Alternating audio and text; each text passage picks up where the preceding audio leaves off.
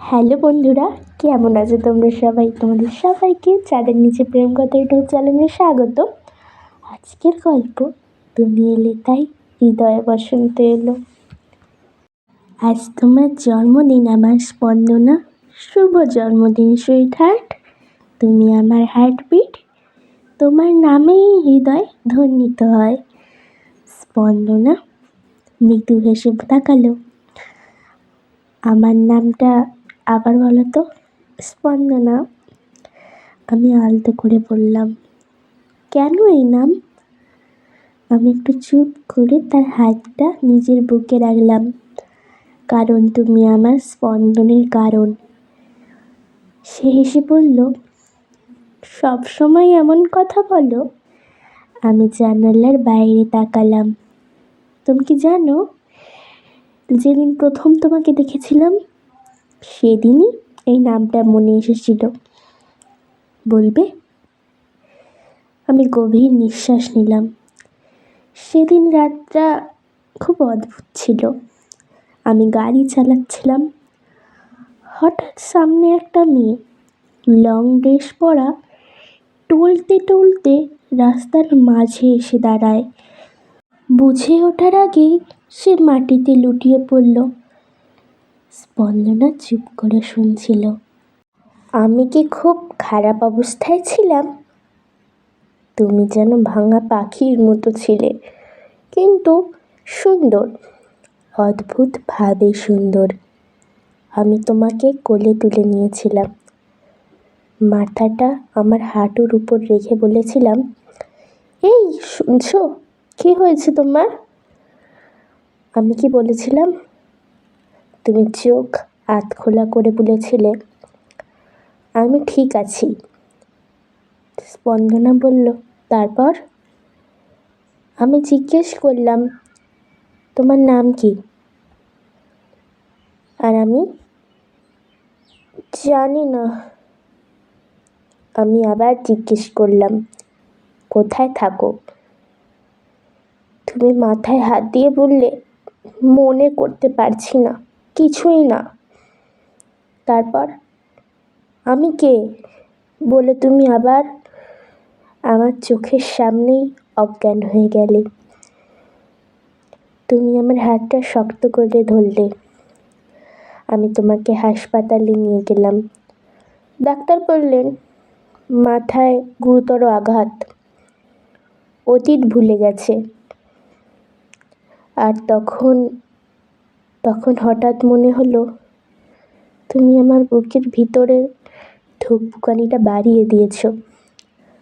তাই নাম দিলাম স্পন্দনা। আর তুমি?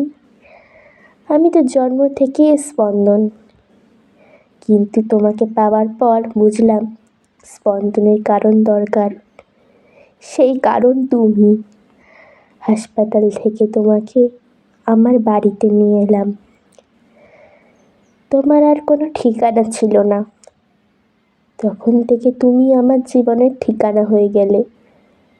তারপর ডাক্তার নিয়মিত আসতো, চিকিৎসা চলছিল, কিন্তু সবচেয়ে বড় সমস্যা ছিল। স্পন্দনা জিজ্ঞেস করলো, কি? তুমি আমাকে এক মুহূর্তের জন্যও ছাড়তে না। আমি এমন ছিলাম? খুব। আমি একটু দূরে গেলেই অস্থির হয়ে যেতে। খেতে বসলে বলতে, তুমি পাশে বসো। ঘুমাতে গেলে আমার হাত ধরে রাখতে। যদি বাথরুমে যেতাম, দরজার সামনে দাঁড়িয়ে কাঁদতে, যেও না প্লিজ, আমার ভয় লাগে। আর আমি ফিরে এসে জড়িয়ে ধরতাম, আমি যাব না, কথা দিচ্ছি। ড্রেস চেঞ্জ করতেও নার্স ডাকলে রাজি হতে না, শুধু বলতে, স্পন্দন কোথায়? এসব বলো না। কেন বলবো না? সত্যিই তো। আমাকে না দেখলে ওষুধ খেতে না, ঘুমাতে না, হাসতেও না। বলো তো, তোমার কিছুই মনে নেই? সত্যি? তুমি ঠোঁট কামড়ালে। একবার বলো। জানি। আমার সব মনে আছে। স্পন্দনা মুখ ফুটিয়ে নিল লজ্জায়। জানি, সব জানি। তাহলে বলো না কেন? সব কথা কি মানুষ মুখে বলতে পারে? মানে তোমাকে ছাড়া থাকতে পারতাম না, এটা কিভাবে বলতাম?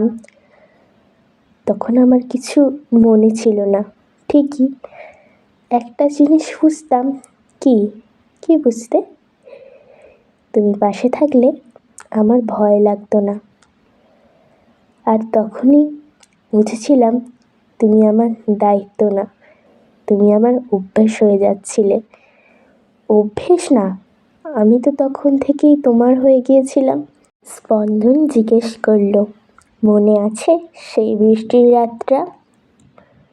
স্পন্দনা বলল, সেদিন তুমি আমাকে ডাক্তারের কাছে নিয়ে যাচ্ছিলে। হ্যাঁ। হঠাৎ ঝমঝম করে বৃষ্টি নামলো, তুমি দরজা খুলে নেমে গেলে। বৃষ্টিটা খুব ভাল লাগছিল। তুমি বললে, চলো না ভিজি একটু। আমি ভয় পাচ্ছিলাম তুমি অসুস্থ হয়ে পড়বে, কিন্তু তুমি আমার হাত ধরে টানলে।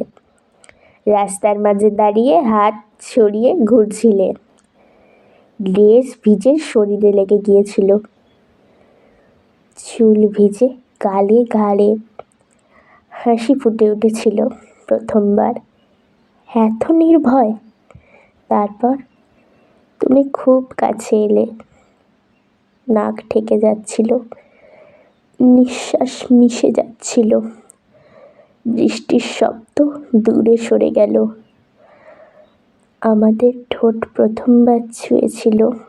আলতো ঠান্ডা জলের স্বাদ, কিন্তু ভিতরে আগুন। তারপর তারপর গভীর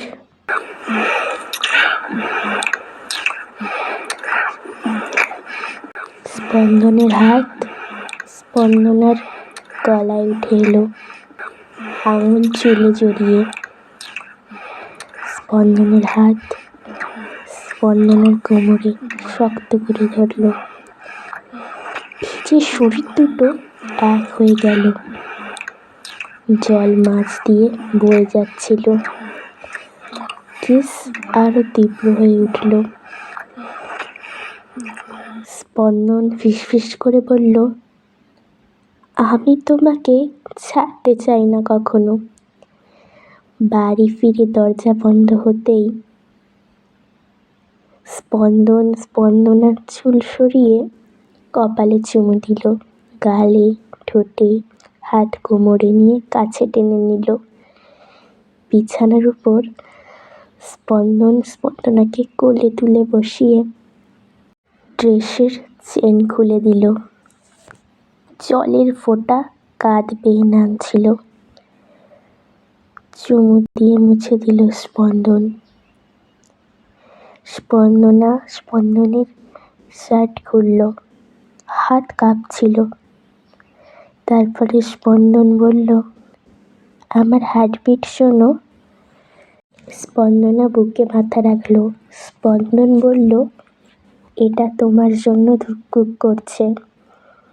স্পন্দনা ফিসফিস করে বলল, আমারটাও তোমার জন্যে। দুজনে শুয়ে পড়লাম, শরীর মিশে গেল, হাতে হাত, ঠোঁটে ঠোঁট, গভীর ধীর। প্রতিটা স্পর্শ যেন প্রতিশ্রুতি। বাইরে মৃদু বৃষ্টি, ভিতরে আগুন। প্রতিটা রাত আমাদের হোক, প্রতিটা রাতই আমাদের। তুমি আমার গলা জড়িয়ে ধরলে।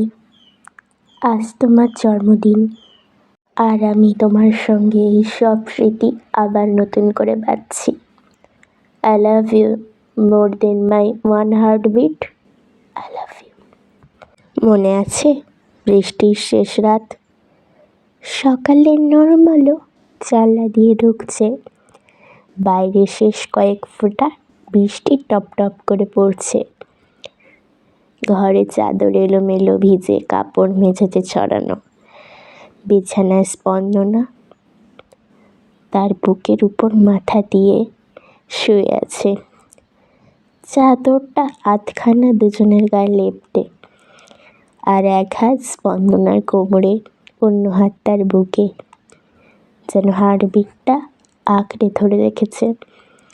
স্পন্দন চোখ খুলে আসতে ফিসফিস করে বলে, স্পন্দনা। স্পন্দনা চোখ না খুলে তার বুকে মুখ ঘষে,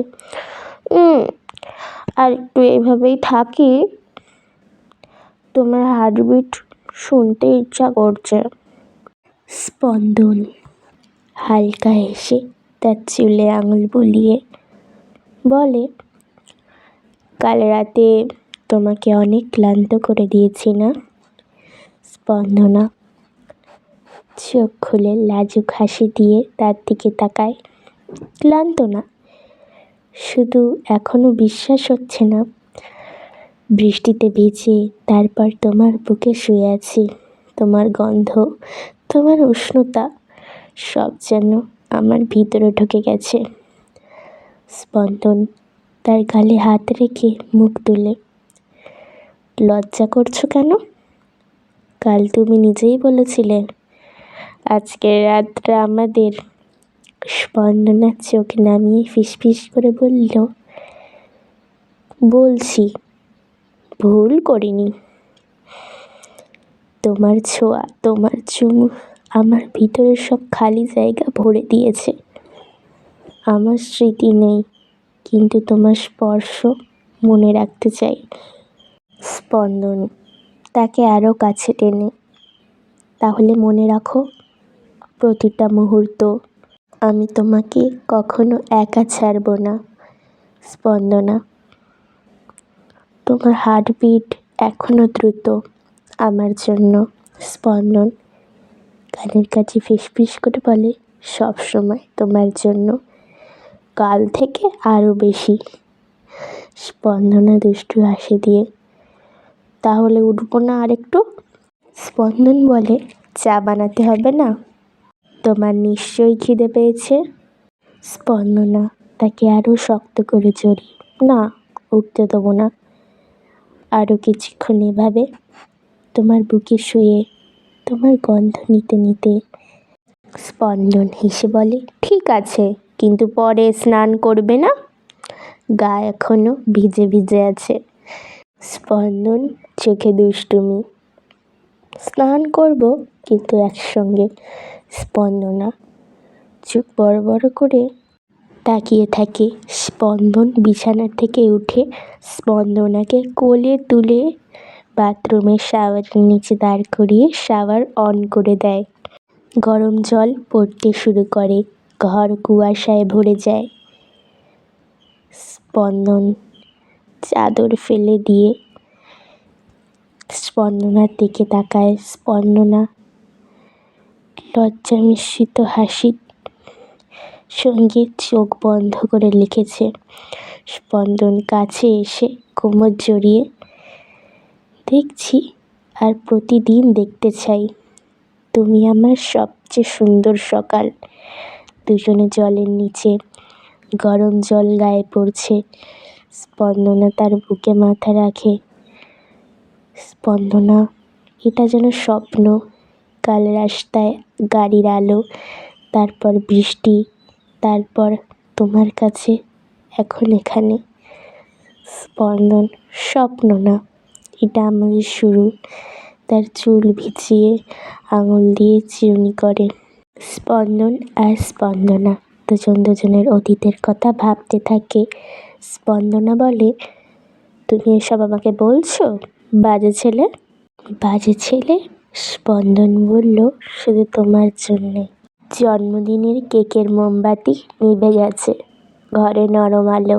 স্পন্দনা স্পন্দনের কোলে মাথা রেখে বসে আছে, হাতে হাত জড়ানো। স্পন্দনা ফিসফিস করে বলে, জানো, আমার সব মনে পড়ে গেছে। আমার আসল নাম বৃন্দা। আমার মা বাবা এখনও আমাকে খুঁজছে, তারা আসবে। স্পন্দন তার চুলে আঙুল বুলিয়ে, জানি, পুলিশ থেকে খবর এসছে, কালই আসবে। স্পন্দনা চোখ তুলে কঠিন গলায়, আমি যাব না। স্পন্দন চোখ সরু করে যাবে না? স্পন্দনা হাত শক্ত করে ধরে, না, আমার বাড়ি এখানে, তোমার বুকে। পরের দিন দরজার কড়া নাড়ার শব্দ। স্পন্দন দরজা খোলে। স্পন্দনের মা বাবা ঢোকে। মা কাঁদতে কাঁদতে স্পন্দনাকে জড়িয়ে ধরে। বাবা স্পন্দনকে দেখে থমকে যায়। মা কাঁদতে কাঁদতে বলে, বৃন্দা, আমার মেয়ে, তুই ঠিক আছিস? আমরা তোকে খুঁজে খুঁজে পাগল হয়ে গিয়েছিলাম। স্পন্দনা জড়িয়ে ধরে, কিন্তু স্পন্দনের দিকে তাকিয়ে, মা, আমি ঠিক আছি, কিন্তু আমি এখানেই থাকবো। বাবা গম্ভীর গলায়, চল বাড়ি, তোর চিকিৎসা চালাতে হবে, সময় লাগবে সুস্থ হতে। স্পন্দনা স্পন্দনা স্পন্দনের হাত ছাড়ে না। না বাবা, আমি যাব না। মা অবাক, কেন রে? স্পন্দনা চোখে জল নিয়ে, কিন্তু গলা কাঁপছে না। কারণ আমি স্পন্দনকে ছাড়া থাকতে পারবো না। ও আমাকে বাঁচিয়েছে। ও ছাড়া আমার হার্টবিট থমকে যায়। বাবা রেগে উঠে, তুই 22, আরও 32, 10 বছরের ফারাক, সমাজ কি বলবে? আমরা এই বিয়ে মেনে নিতে পারবো না। স্পন্দনা কাঁপা গলায়, কিন্তু জোর দিয়ে, বয়স দিয়ে কি ভালোবাসা মাপা যায়? ও আমার জন্য সব কিছু ছেড়েছে, আমি ওকে ছাড়া শ্বাস নিতে পারি না। ও ছাড়া আমি অসম্পূর্ণ, আমি ওকে ছাড়া বাঁচব না। স্পন্দন চুপ করে দাঁড়িয়ে, কিন্তু শান্ত গলায়, আমি ওকে ভালোবাসি, কিন্তু তাড়াহুড়ো করব না, সময় নিয়ে সম্মান দিয়ে বিয়ে করব। ওর জীবনটা সুন্দর করে গড়ে উঠুক, আমি পাশে থাকব। বাবা অনেকক্ষণ চুপ। তুই কি সত্যি ওকে চাস? স্পন্দনা কাঁদতে কাঁদতে, কিন্তু দৃঢ় গলায়, হ্যাঁ বাবা, আমি ওকে ছাড়া শ্বাস নিতে পারি না, আমি ওর, চিরকালের জন্য। মা চোখ মুছে, ঠিক আছে, আমরা মেনে নিলাম, কিন্তু সব কিছু ঠিকঠাক হবে, সমাজের কথা ভাবতে হবে। বাবা স্পন্দনের দিকে তাকিয়ে, তুমি সুখী রাখবে? স্পন্দন দৃঢ় গলায়, ও আমার সুখ, আমি ওকে কখনোই কষ্ট দেব না। কয়েক মাস পর বিয়ে হলো। ফুলশয্যা, ঘরে লাল গোলাপ ছড়ানো, নরম লাল আলো, পর্দা দুলছে। স্পন্দনা লাল বেনারসি পরে বিছানায় বসে আছে, মাথা নিচু, লজ্জায় কাঁপছে। স্পন্দন, এখনো লজ্জা? স্পন্দনা, আজ তো শুধু আমরা। স্পন্দন কাছে গেল, চিবুক ধরে মুখ তুলল। স্পন্দনা কে বলল, আজ থেকে তুমি আমার পুরোপুরি, কেউ তোমাকে ছুঁতে পারবে না। স্পন্দনাকে স্পন্দন কোলে তুলে বিছানায় নামালো, আঁচল সরালো, চুমু কপালে, চোখে, গালে, ঠোঁটে, প্রতিটা চুমু নিজের করে নিচ্ছে স্পন্দনাকে। স্পন্দন জিজ্ঞেস করল, তাহলে বলো, আজ থেকে তুমি কার? স্পন্দনা বলল, তোমার, তোমার, তোমার, শুধুই তোমার, চিরকালের জন্য। তো আজকের গল্প তোমাদের সবার কেমন লাগলো? আজকের গল্প ভালো লাগলে লাইক দিয়ে দিও, কমেন্ট করে জানিও কেমন লাগছে গল্পগুলো। আর এরকম আরও গল্প শোনার জন্য চ্যানেলটিকে সাবস্ক্রাইব করে দিও। ধন্যবাদ।